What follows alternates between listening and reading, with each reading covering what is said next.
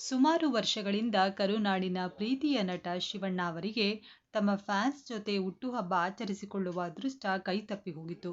ಈ ವರ್ಷ ಅವರ ಹಾಗೂ ಫ್ಯಾನ್ಸ್ ಆಸೆ ಈಡೇರಿಸಿದೆ.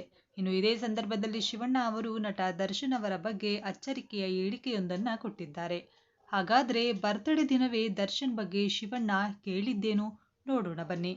ಕರುನಾಡ ಚಕ್ರವರ್ತಿ ನಟ ಶಿವರಾಜ್ ಕುಮಾರ್ ಅವರ ಈ ಬಾರಿಯ ಹುಟ್ಟುಹಬ್ಬ ಕೇವಲ ಸಿನಿಮೆಯ ಮೆರಗಿನಷ್ಟೇ ಅಲ್ಲದೆ ಮಾನವೀಯತೆಯ ಮಹೋತ್ಸವವಾಗಿಯೂ ಚಿರಕಾಲ ಉಳಿಯಲಿದೆ. ಹ್ಯಾಪಿ ಬರ್ತ್ಡೇ ಶಿವಣ್ಣ, ನೀವು ನಗು ನಗುತ್ತಾ ಹೀಗೆ 100 ಕಾಲ ಬಾಳಲಿ ಎಂಬುದು ಸಮಸ್ತ ಕನ್ನಡಿಗರ ಹಾರೈಕೆ. ಶಿವರಾಜ್ ಕುಮಾರ್ ಅವರು ತಮ್ಮ ಬರ್ತ್ಡೇಯನ್ನ ಫ್ಯಾನ್ಸ್ ಜೊತೆ ಖುಷಿಯಾಗಿ ಆಚರಿಸಿಕೊಳ್ತಾ ಇದ್ದಾರೆ. ಇನ್ನು ಇದೇ ಸಂದರ್ಭದಲ್ಲಿ ದರ್ಶನ್ ಹಾಗೂ ನಿಮ್ಮ ಬಾಂಧವ್ಯ ಹೇಗಿತ್ತು ಅಂತ ಮಾಧ್ಯಮದವರೊಬ್ಬರು ಕೇಳಿದ್ದಕ್ಕೆ ಶಿವಣ್ಣ ದರ್ಶನ್ ಬಗ್ಗೆ ಎಂತಹ ಮಾತನ್ನ ಹೇಳಿದ್ದಾರೆ ಗೊತ್ತಾ? ನಟ ದರ್ಶನ್ ಅವರ ಮೇಲಿರುವ ಗೌರವ ಎಂದಿಗೂ ಬದಲಾಗುವುದಿಲ್ಲ ಎಂದು ಹ್ಯಾಟ್ರಿಕ್ ಹೀರೋ ಶಿವರಾಜ್ ಕುಮಾರ್ ತಿಳಿಸಿದ್ದಾರೆ. ದರ್ಶನ್ ಅವರ ಪ್ರಕರಣದ ಬಗ್ಗೆ ಪ್ರತಿಕ್ರಿಯಿಸಿದ ಅವರು, ಕಾನೂನಿಗಿಂತ ಯಾರೂ ದೊಡ್ಡವರಲ್ಲ, ಎಲ್ಲವೂ ಅವರ ಹಣೆಬರಹ ಹಾಗೂ ದೈವೇಚ್ಛೆ. ಜೊತೆಗೆ ದರ್ಶನ್ ಪುತ್ರನ ಮತ್ತು ದರ್ಶನ್ ಅಭಿಮಾನಿಗಳ ನೋವನ್ನ ನಾವು ಅರ್ಥ ಮಾಡಿಕೊಳ್ಳಬೇಕು ಎಂದು ಹೇಳಿದ್ದಾರೆ.